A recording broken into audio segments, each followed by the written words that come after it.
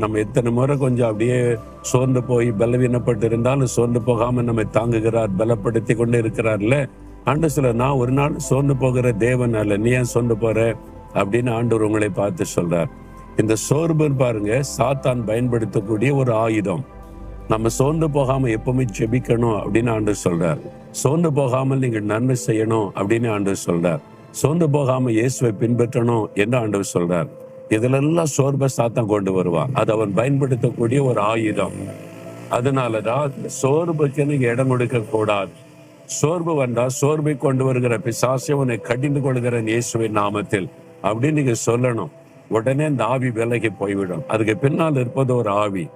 Abraham சோர்ந்து போன போது கூட தேவன் அவனை பலப்படுத்தி அவனுடைய வாக்குத்தத்தத்தை உறுதிப்படுத்தி தைரியப்படுத்தினார்.